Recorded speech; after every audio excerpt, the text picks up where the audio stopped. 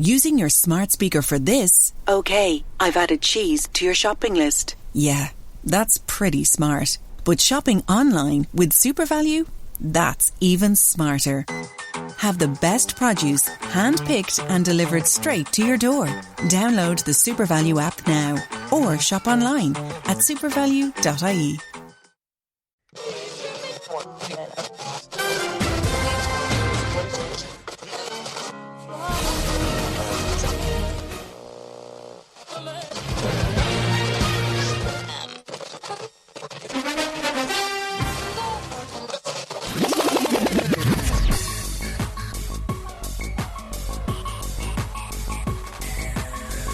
Hold on to your headphones and pour your favorite beverage. It's time for the Kickin or Stickin Fantasy Football Podcast. Now, fresh off the sidelines, your host, Matt McPeak.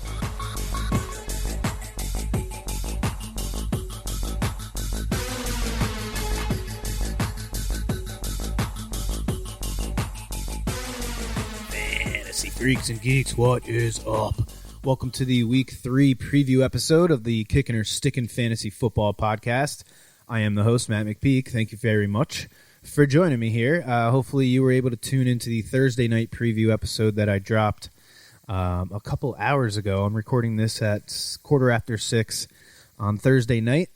Week 2 kind of sucked. We lost a lot of guys, a lot of dudes going down with ACL injuries. The 49ers lost two of their best defensive linemen, two of their best defensive players. And we saw two of the top 2 or 3 picks in probably every single draft. Both went down. Christian McCaffrey's probably going to miss a good 6 weeks, 4 to 6 weeks here. And Saquon Barkley might miss the entire year. I'm pretty sure I saw that was a season ender, so no good there. But this is where the good fantasy players are separated from the average fantasy players. Who was able to draft for depth during draft night, and who's going to be active on the waiver wire. It's what's going to really make the difference between teams that can stay in it after these big injuries and teams that kind of just turn into a 500 team. So, like I said, we already did the Thursday night preview. So let's get into this first game here. The Bears at the Falcons. Last week, David Montgomery had over 120 yards, total yards on 19 touches against the Giants. The Falcons gave up almost the same exact yardage to Ezekiel Elliott in week 1. The Falcons gave a touchdown to Carlos Hyde and 2 touchdowns to Chris Carson. So I think David Montgomery is a pretty solid play here. I wish I could say there are some other options for the Bears in the passing game to play in this one, but the Falcons are giving up 78 points in the first 2 weeks of the season. DK Metcalf and Tyler Lockett each had over 90 yards receiving in week 1, and then CeeDee Lamb and Amari Cooper each had over 100 yards receiving in week 2. So it looks like Atlanta's secondary is still pretty bad, but the Bears really spread the ball around against the Giants. 12 different guys had at least one target. Allen Robinson got a nice chunk of that, 32% of the targets. He's probably the only pass catcher worth starting for the Bears. I got burned by Anthony Miller in week 2, only 3 targets and no catches. I think Tariq Cohen is also a sit until we see him get more passes thrown his way. That was kind of the big thing that got him drafted, was the idea that he was going to catch, between 50 and 60 balls this year. For the Falcons, Ridley had another big game. He's establishing himself as a legit number 1 wide receiver. Hayden Hurst had a nice game in week 2, and I think this is another good spot for him. The Bears allowed 60 yards and a touchdown in week 1 to TJ Hawkinson, then 60 yards to Evan Ingram last week. I'm not crazy about Gurley going forward. He's not seeing the targets. Only 5 of the 12 running back targets so far have gone Gurley's way. And Brian Hill is averaging a full yard more per carry. So things aren't going Todd Gurley's way so far. It's one of the reasons why I stayed away from him on draft night this past year. Next, we got the Bengals at the Eagles. The Browns did a really good job against Joe Mixon last week, held him to just under 46 yards rushing. Mixon still had a respectable stat line with the 40 yards receiving on 4 catches, but if he doesn't get it going against this Eagles D-line, then I think it might be time to start getting concerned about Mixon. The Eagles gave up 2 rushing touchdowns to Peyton Barber in week 1, and then 191 rushing yards to the Rams last week. A.J. Green saw the majority of the targets again in week 2, but he's only caught 8 of his 22 targets on the season. Tyler Boyd, on the other hand, has caught 11 of his 13. So I'm hoping as a Tyler Boyd owner in several leagues, we see some more of those targets go Boyd's way. One guy that might be in line for some serious work is Drew Sample. Sample already has seen 10 of the 21 tight end targets, and with C.J. Uzomah now out for the season, I'm pretty sure as well, Sample should be the guy for them. And the Eagles have been, let's say, not that great against tight ends in the early part of the season here. 3 touchdowns allowed Tyler Higbee last week, and Logan Thomas scored in week 1. So this could be a good week to take a flyer at the tight end Drew Sample. Maybe a deep league or a DFS, one of those cheap tight ends that you can play. For the Eagles, Sanders and the tight ends remain the only reliable fantasy options. Last time I saw, Jalen Reagor is now doubtful for this game. So the woes of the Eagle wide receiving core continue. Next, we got the Texans at the Steelers. This is one of my picks against the spread, so stay tuned for that one. Next, Raiders at Patriots. I thought the Raider defense was going to be average at best after they gave up 30 points in week 1 to the Panthers, but they played pretty well on Monday night against the Saints, albeit without Michael Thomas. It took another 2 rushing touchdowns from Cam Newton for the Patriots to have a chance in Seattle, and I just don't see that holding up all season. I'm sitting all Patriots besides Cam until this offense looks like a pro offense and not a high school one. For the Raiders, I think it's just Jacobs and Waller for now. Hunter Renfrow and these rookie wide receivers have not done anywhere near enough for me to have any confidence in starting them. Rams at the Bills. I know it's only 2 games, but the Rams are starting to impress me. They have gotten back to running the ball. They're not just doing it with one guy. They're doing it with 3 guys now, so they can keep these guys fresh. Tyler Higbee is a must-start at this point, especially this week. The Bills let Chris Herndon catch 6 of his 7 targets last week, or in week 1, sorry. And then they just gave up a 100-yard game to tight end Mike Gesicki. So go ahead and just keep playing Tyler Higbee in your starting tight end spot.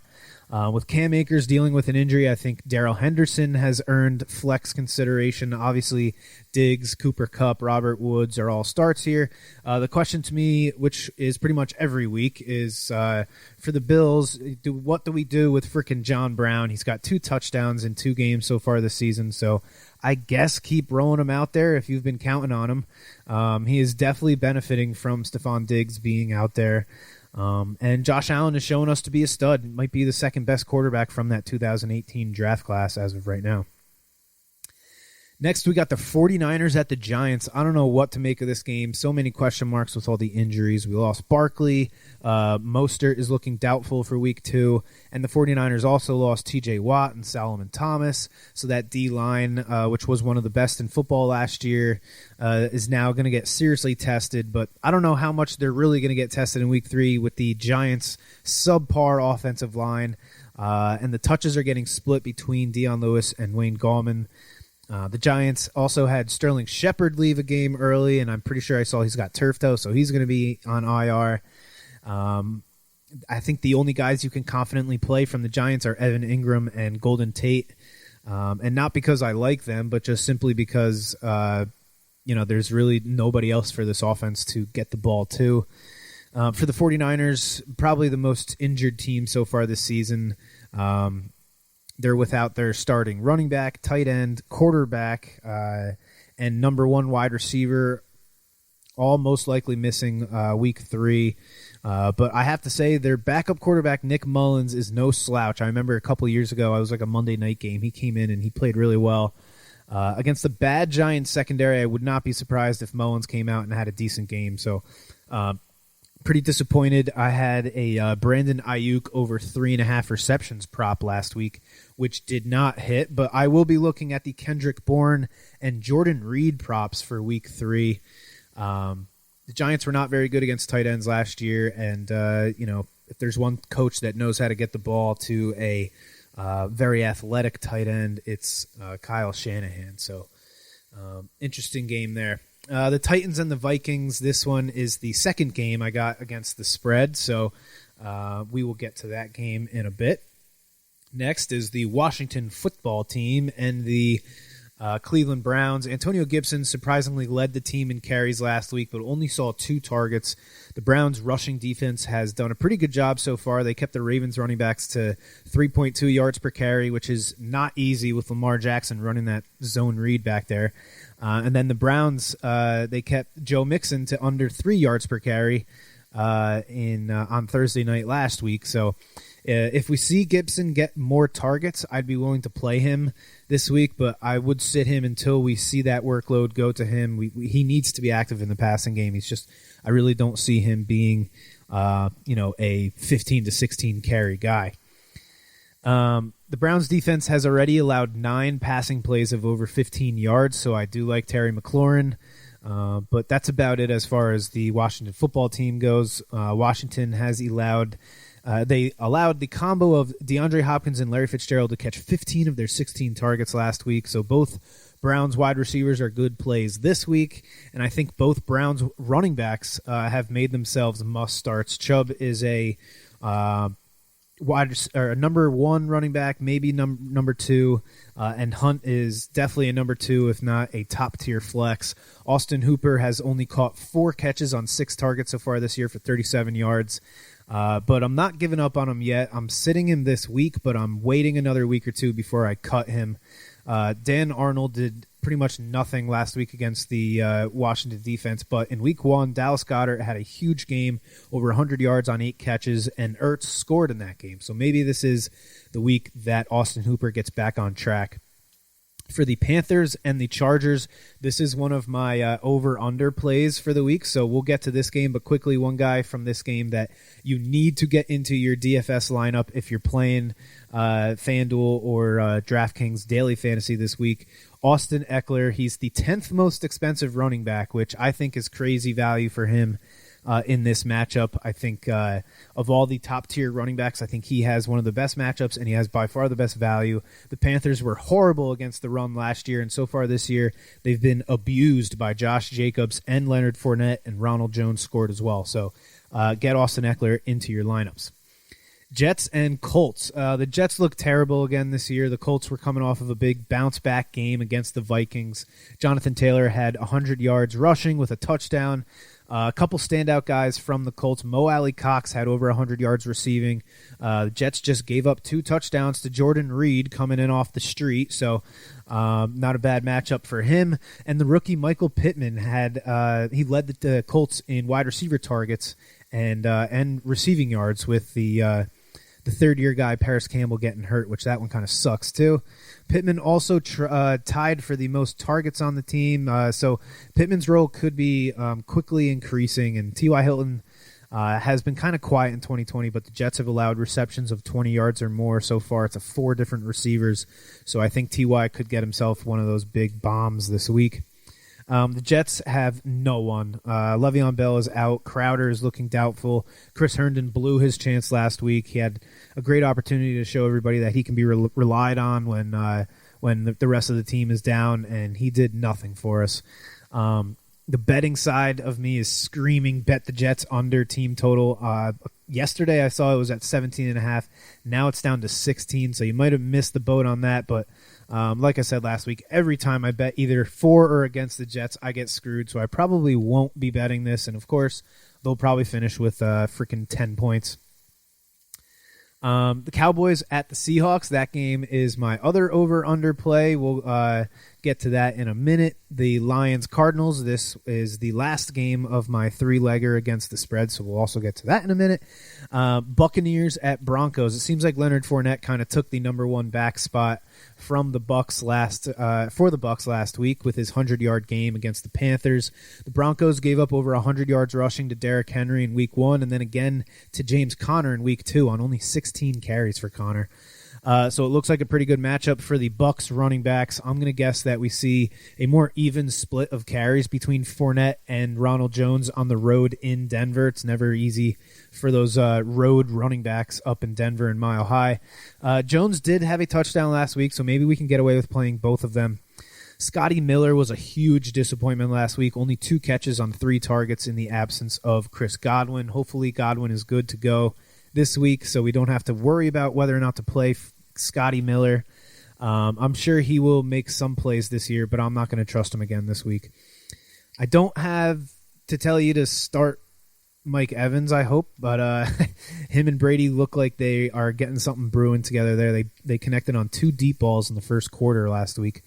For the Broncos, Cortland Sutton is now out for the year, and Drew Lock is likely out for at least a month, plus maybe even 6 weeks. So the rookie wide receivers in Denver will now have to try and carry the load with the backup quarterback, Jeff Driscoll. I'm staying away from all of them. I would consider sitting Melvin Gordon as well against this Bucs run defense that was number 1 in yards per carry last year, and yards per game, I believe. If not for Melvin Gordon's receiving touchdown, he would have finished under 10 fantasy points with Driscoll at quarterback, and Royce Freeman looked pretty good on his 3 carries last week, so Gordon kind of makes me nervous. 2 more games here. We got the Buccaneers at the Saints. The Packers are running the ball with a lot of success this season, but the Saints D is going to be a much bigger test for them than the Lions or the Vikings were. The Saints D has kept Josh Jacobs to under 3.2 yards per carry on 27 attempts, and they kept Ronald Jones and Leonard Fournette to under 3.2 yards per carry as well. Devontae Adams will draw Marcus Lattimore, a top 4 or 5 corner in this league, so I don't think Aaron Rodgers is going to be able to just pummel him with targets like he usually does. It's unclear whether Michael Thomas will play in this game or not, and it doesn't have the same feel as this game would if the fans were allowed. These primetime Saints games on Sunday night in New Orleans are usually always awesome games, but it should still be fun. I just don't know where all the offense is going to come from. The total is set at 52.5 right now, so I guess they're counting on big games from Alvin Kamara. And the guy who scored in each game so far, tight end Jared Cook for the Saints, he also has an added element of revenge. Yeah. So 2 revenge games back-to-back for Jared Cook.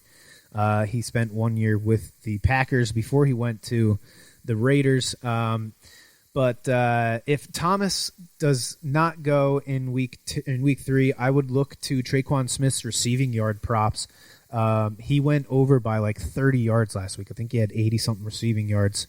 Wish I had Traquan's over on receiving yards and not Emmanuel Sanders, because I would have been a $450 richer man, but that's the way it goes. Last but not least, the Chiefs at the Ravens. This game is pretty easy. It's set at the 3rd highest total of the week for a reason. It should be a shootout. Play everybody. It's going to be frustrating this year with the Ravens running backs, but I think you just kind of roll with them, Ingram and Dobbins, because they're both going to have big games throughout the year, and I think they both have huge upside enough to play week to week. This game is also one of my picks, which we will end the show on, if you know what I'm saying. So let's take a minute and let's get over to the Week 3 podcast picks for Week 3. What do you know?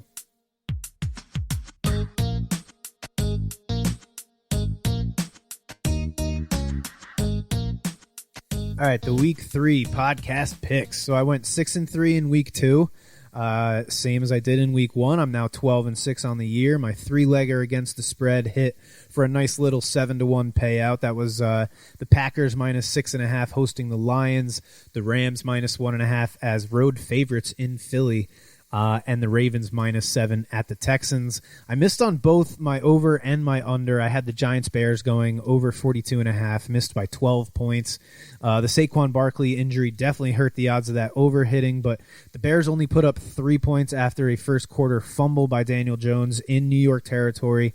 Then in the second quarter, Daniel Jones threw a pick in Bears territory, and both kickers missed a field goal in this game, so if it weren't so sloppy of the offenses, I think I might have hit on that.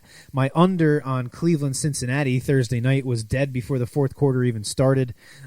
So not very good week for me for the over-unders. I hit on 2 of the 3 touchdown scorer props. Zeke Elliott and Ronald Jones both scored, but I missed on Mark Andrews' Rats. But I did hit on my road dog of the week for Week 2, so that's 2 weeks in a row I hit on my road dog. I had the Falcons getting 4.5 points at Dallas, and they wouldn't have even needed the points if their hands team, quote-unquote hands team, knew what the hell they were doing there, standing around waiting for the kick. Obviously, either of those guys are complete idiots or they were never coached on that situation. The kicking team are not the ones that have to wait for the ball to go 10 yards. The kicking team are the ones that have to wait. The return team is not. So that's pretty pathetic. But here we go with my Week 3 picks. 3-legger against the spread. Starting off with the Steelers, minus 3.5 at home against the Texans. The Steelers have been playing great. They're outscoring the Giants and the Broncos so far, 52-37. The Texans defense has had probably the toughest start of the season with Kansas City and Baltimore, and now they got to go to Pittsburgh.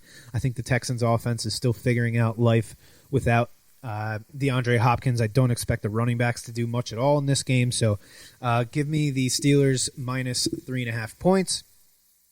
Next, the Arizona Cardinals minus 5.5 at home against the Lions. The Lions of Detroit. Another good look to me is the first half over 28 in this game. The Cardinals put up 20 points in the first half of their game last week, and Detroit scored 14 in the first quarter of their blowout loss to Green Bay. The Lions generally start off good, and then they just kind of die out. The defense has not looked any better this year. They gave up 3 touchdown passes to Mitchell Trubisky in Week 1, and then they got steamrolled by the Packers in Week 2. Aaron Jones had a 236 total yard game and 3 touchdowns last week. I think Kenyon Drake has a bust-out game in 2020, or his first bust-out game of 2020. Hopkins, Fitz, and Kirk are really starting to look like the best wide receiving core in the league. Kyler Murray now has 3 rushing touchdowns and over 150 rushing yards on this 2-game season. I think this offense continues to roll and wins by a good 10 points. One thing I do like for the Lions, it looks like Kenny Galladay will be a game-time decision, so I like T.J. Hawkinson to score. Cardinals were historically bad against tight ends last year. We saw the 49ers beat them up in the first game of the week, and Logan Thomas last week dropped 2 red zone targets. I think a better athlete like Hawkinson with more opportunity and a much better quarterback should benefit in this game. Next, the Titans minus 2.5 at the Vikings. The Packers running backs rushed for just a smidge under 5 yards per carry in Week 1, and then the Vikings gave up 4.5 yards per carry to the rookie Jonathan Taylor in the first half of last week's game. Taylor finished with 100 yards. I think the Titans go up to Minnesota and just pound on the Vikings. The Vikings defense is not what it used to be. I've been saying all offseason how young the Vikings secondary was going to be. They're without their best pass rusher in Danielle Hunter. He's on IR, and they now have 2 linebackers on IR with Anthony Barr missing the rest of the season with a torn pectoral muscle. That's in your chest, kids. For my over this week, I'm going with the Cowboys at the Seahawks, over 55.5. It's the highest total of the week. Vegas expects this to be a high-scoring game. The Seahawks' first 2 games have been 64 and 65 total points. The Cowboys are coming off of a 79-point game in Week 2 against the Falcons. These are 2 of the most explosive offenses in the NFL. I'm going to go with the highest total of the week for my over. And for my under, I'm going to go Panthers at the Chargers, under 44 points. Without Christian McCaffrey there to keep the offense ahead of the chains, I think the Panthers struggle in this one on the road. For the Chargers, we will most likely see the rookie at quarterback again after Tyrod Taylor had his lung accidentally punctured by one of the team doctors trying to give him a pain injection for his broken rib. Guessing that guy's going to be out of work going forward. We saw them only put up 17 points last week, and as bad as the Panthers' defense has looked, I think they can keep the Chargers to under 21 points again in this one. If the Panthers' defense scares you off of this under, which I wouldn't blame you at all, I would definitely take a look at the 49ers-Giants game with so many guys getting hurt. I think the over-under for that one is right now at 41.5. I got kind of scared off of that one just because I really do think Nick Mullins is one of the better backups in this league, and Kyle Shanahan's one of the best coaches in the league. I think he's going to be able to get enough out of him.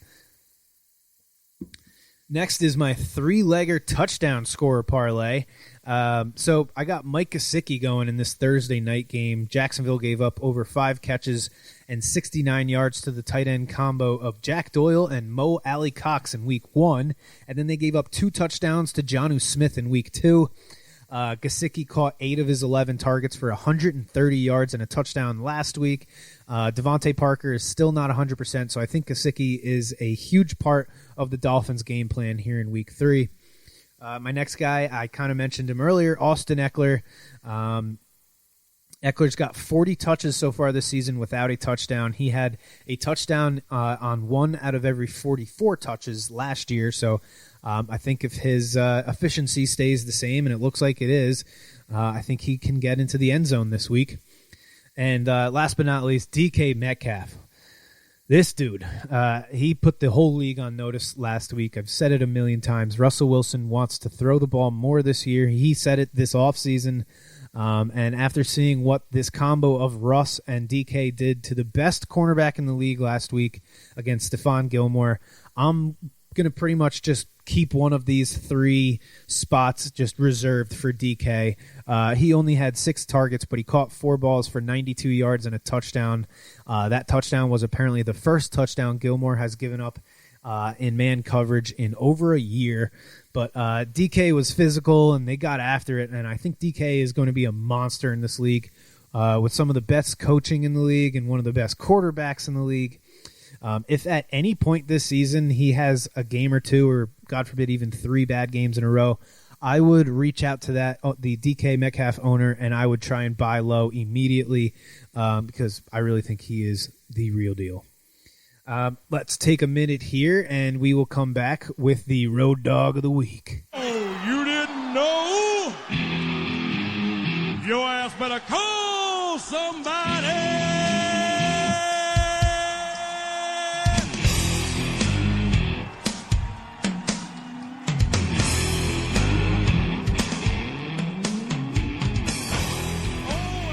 Road Dog of the Week for Week 3. Wouldn't you know it, the defending Super Bowl champion Kansas City Chiefs are getting 3.5 points on Monday Night Football against the Baltimore Ravens in Baltimore. This is going to be probably the only time we see the Chiefs getting points all year. You're going to have a hard time finding a bigger Lamar Jackson fan than me, but this dude almost single-handedly won me three leagues last year. And I don't know how much money I won on him just betting his rushing yard props. But I'm sorry, I cannot pass up on getting points on the Chiefs. They're giving us the hook, too. It's 3.5 points. Come on, man. You can't pass that up if you're a smart bettor. If you've been watching these games, you can't pass up 3.5 points with the Chiefs. So they are going to be my Road Dog of the Week for Week 3, and that's going to do it for the Week 3 preview of the Kickin' or Stickin' Fantasy Football Podcast. Thank you so much for tuning in. Make sure you tune in next week. And as always, may the fantasy gods be cruel to your opponents. You have been listening to the Kickin' or Stickin' Fantasy Football Podcast. For more great episodes and information, follow us on social media and tune in every week. Kickin' or Stickin' is available on Google Podcasts, iTunes, iHeartRadio, Spotify, Alexa, Reach.tv, or your favorite podcast service. Kickin' or Stickin' is a proud member of the HC Universal Network family of podcasts. To find out more about this and other great shows on our network, visit us online at hcuniversalnetwork.com today. Fantasy football is fun, but gambling addiction destroys lives. If you or someone you love suffers from gambling addiction, please do not be afraid to seek help. The National Council on Problem Gambling operates the National Problem Gambling Helpline Network. Contact them today at 1-800-522-4700. Thank you for tuning in to the Kickin' or Stickin' Fantasy Football Podcast. Please remember to play responsibly and always look for your man downfield.